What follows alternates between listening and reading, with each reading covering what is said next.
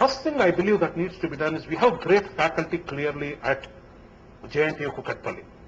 We have great faculty at some of the colleges, constituent colleges, right? Other colleges are struggling to get good faculty. We have to accept. We should not say they don't have good faculty. Everybody wants to have good faculty. The point is that they're struggling to attract and retain great faculties. That's the reality, okay? Given those circumstances, what do we do? So I think the tangible step that we need to take is we need to start videotaping the classes of some of these eminent faculty and make them available on a media server for the folks, for the students, as well as the faculty at these various constituent colleges to be able to view at any point of. This is not a great new idea from me, right? My niece who is studying in University of Texas, that's what she used to do. Just a few years back I saw she oversleeps and doesn't go to class. Then I see that she's seeing a video of some old-looking gentleman like me, right?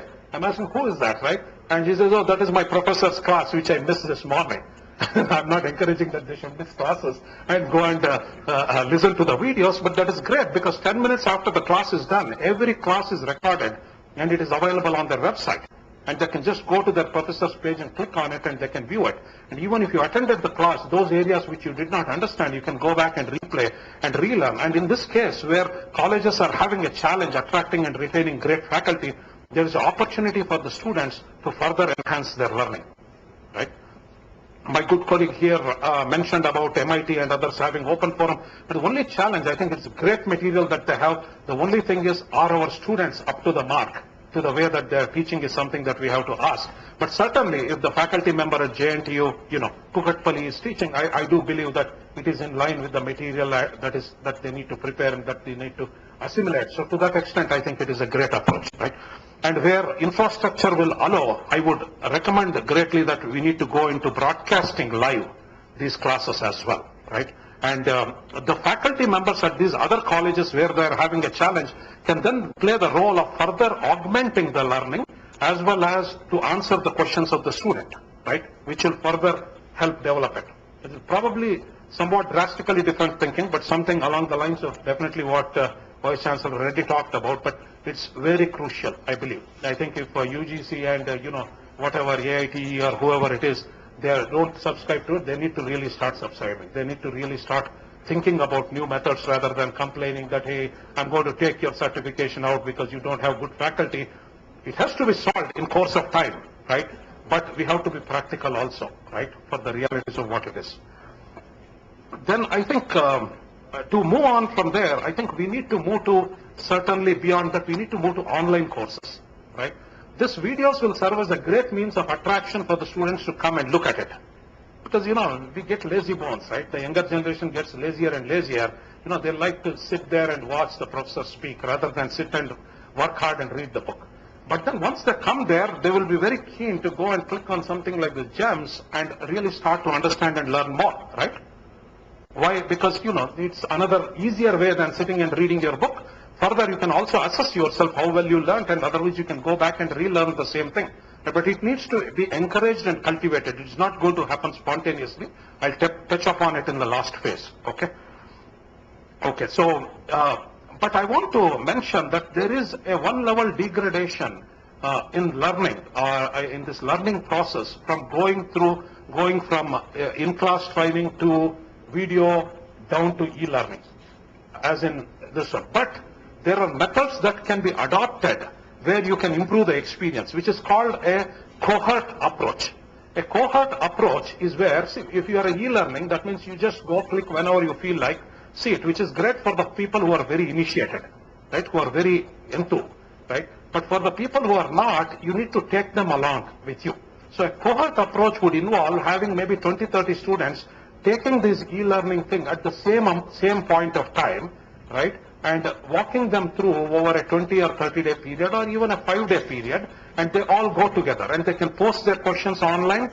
They will get their questions answered. Maybe there is an hour that is set aside where they can get a live reply to their questions. So these are some of the things that you can adopt to make this a better experience and where it becomes closer to a classroom setting, right? And the reality is this, right?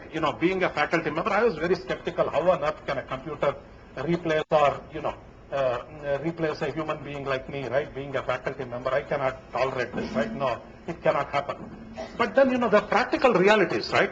I at my company, I'm faced with this challenge. I have to constantly retrain my colleagues, right? My associates, myself, right? But if I were at Tata Motors, all my people would be right in front of me. I can conduct a classroom lecture or have a classroom lecture conducted, and we can do it. But think about the problem we face. Our consultants are working in 30 different countries right now. So I can't pull them out and bring them back here, too expensive. I have to buy them flight tickets, right? I can't pull them out of projects because the project is going to suffer, right? Which is a problem, right? And I will lose my billing as well. So what do? I have e-learning programs. But we are trying to start to push certain cohort mechanisms so that they will learn better and also introduce video, etc. So we are going through the same struggle in the industry, what you are going through as well. But I think it is a great learning about how to make things happen in the new world. I think what are some of the things that need to be learned is something I would just lastly touch upon. Certainly the subject matter is very important, but we need to focus on some other things. See, it is wrong for me or somebody or many of you here who are probably educated here in Hyderabad, etc., to expect, and with having parents who are well educated and so on and so forth, and who had the privilege of getting, a vast experience. I'm going to limit my comments, right, in the interest of time. First one is you need to have faculty and student champions. Very, very important. Because if you don't believe, right, so what I'm saying is, you're going to adopt a GEMS here, right? You install it on the server. You announce to all the people that, hey, GEMS is out there and it's going to help you greatly learn. Do you think that they will go and learn? Hey, they are not initiated, what can I do? No. Our job is, how am I going to get at least the next, 70 or 80% up there and doing it? Maybe the next 10% I can't do much. But maybe you can do something. We can think about that. So, to be able to champion that, I'm sure there is a learning and development coordinator who is a champion. One of the learnings we have in the industry is the champion is not the learning and development coordinator. The learning and development coordinator is the facilitator. Okay? The line manager, which in this case is the faculty, is the actual champion for it. So the minute the faculty become champions, then I think there will be a lot more enthusiasm. So let me just, give an example, right? When I was doing my 11th and 12th standard, I had this physics teacher. I think she created tremendous interest in me towards learning, right? When I graduated from 10th, I had a, 76%, barely sort of scraped through and all, right? And here I came, and this teacher, she just came out of IIT, and I was studying in, the Chinmaya Mission School. And his parents said, before you get married, why don't you go and teach some students, right?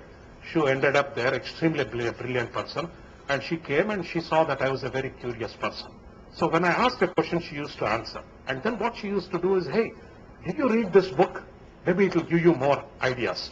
So that way she encouraged. And by the time I finished, I had 93% in the central board, which at that time was a national rank. So it made a great difference. It is up to you to decide what you want to do, right?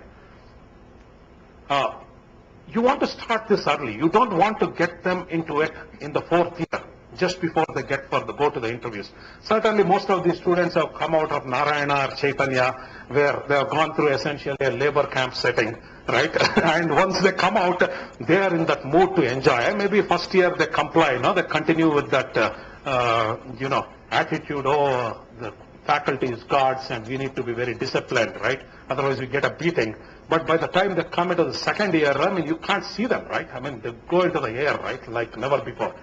But that is the time when you really need to start thinking, right? And saying, hey, this is the time when we need to really get them into this. Let them really experience it. Do you have to teach them to go to Facebook? No. Do you have to teach them to go to, Orkut or so many other things, Twitter and so on and so forth? I don't know what all sites they go to these days, right? But the point is, we have to create and inculcate that enthusiasm. If many of the faculty talk about this and ask you to go there, they are likely to go there, okay? And of course, it has to be interesting, which it is, as I have found, right? So I think, finally, I think in closing, let me just reflect upon a story about teaching, okay? One of my good colleagues here talked about passion. Passion is important for the student, but passion is even more important for the teacher, right?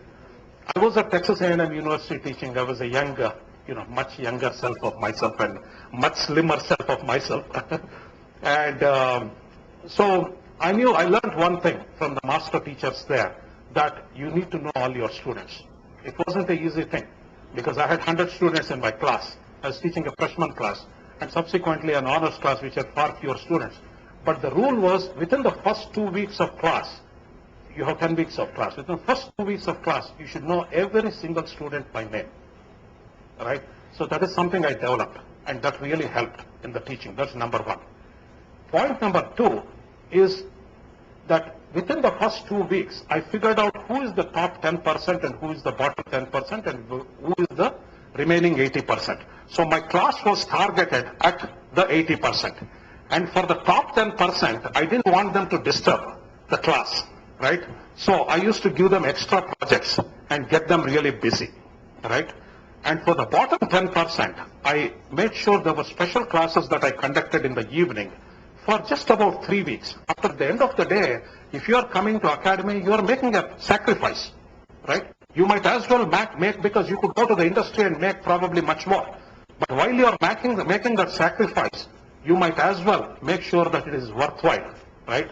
And your students will be grateful the rest of their life for what you did, and you will be satisfied with what you are doing. So I would alter one of the regular statements that, yeah, it is important for you to take the horse to the water.